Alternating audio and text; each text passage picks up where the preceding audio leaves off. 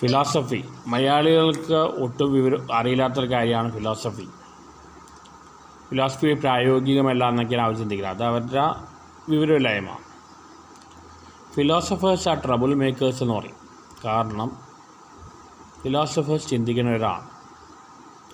I think therefore I am എന്നാണ് Descartes പറഞ്ഞത് modern ഫിലോസഫിയുടെ ആൾ.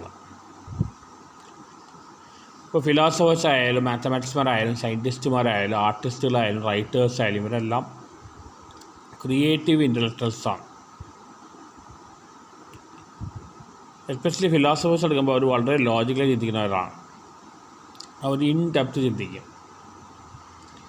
സാധാരണക്കാർ ഒരു സമൂഹത്തിൽ 98% ആൾക്കാർ മാസാണ്, ചിന്തിക്കാത്തവരാണ്. അവരെയാണ് സിനിമാക്കാരും രാഷ്ട്രീയക്കാരും പൊട്ടന്മാരാകുന്നത്.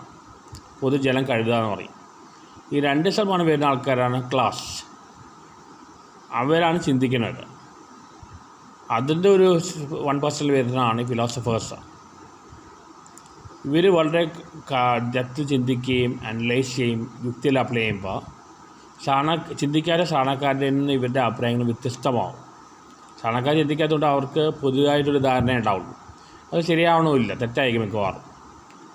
ശരിക്കും പെർഫെക്റ്റായി ചിന്തിക്കുക അല്ലെങ്കിൽ ഇൻഡെപ്ത് ചിന്തിക്കുന്ന ഫിലോസഫേഴ്സാണ്. അവർ കുറച്ച് ആൾക്കാരേ ഉള്ളൂ, ബുദ്ധിജീവികൾ അല്ലെങ്കിൽ ഇൻ്റലക്ച്വൽസ്. അപ്പോൾ അവരങ്ങനെ ഡീപ്പ് ചിന്തിച്ച് അവർക്ക് ഓരോ കാര്യങ്ങളെക്കുറിച്ച് അവരുടെ ഒരു വ്യൂ ഉണ്ടാവും. ആ വ്യൂ സാധാരണക്കാർക്ക് മനസ്സിലാവില്ല. അവിടെയാണ് പ്രശ്നം വരുന്നത്. കുറേ എനിക്ക് സംഭവിക്കുന്നത് അതാണെന്ന് തോന്നുന്നു. Philosophers are trouble makers. അവർ ആർഗ്യൂ ചെയ്യും, ഈഗോയിൽ ആർഗ്യൂ ചെയ്യണം. ഡിസ്കോഴ്സാണ് ഫിലോസഫിയുടെ ഏറ്റവും വലിയ കാര്യം. പക്ഷെ അത് അക്കാഡമിക് ഫിലോസഫിയിലൊന്നും നടക്കുന്നില്ല. ഫിലോസഫേഴ്സ് ജനറലി ഭയങ്കര ആർഗ്യൂ ചെയ്യുന്ന കൂട്ടത്തിലാണ്. പക്ഷെ അത് ഈഗോയിലൂടെ ആർഗ്യൂ ചെയ്യുമ്പോഴാണ് ഗുണം ഉണ്ടാവുന്നത്. ജനറലി ഫിലോസഫേഴ്സ് ട്രബിൾ മേക്കേഴ്സ് അറിയില്ല. പല ഫിലോസഫേഴ്സും സോക്രട്ടീസ് പോലെ ആൾക്കാരിൽ കൊന്നുകളയുക ചെയ്തത്.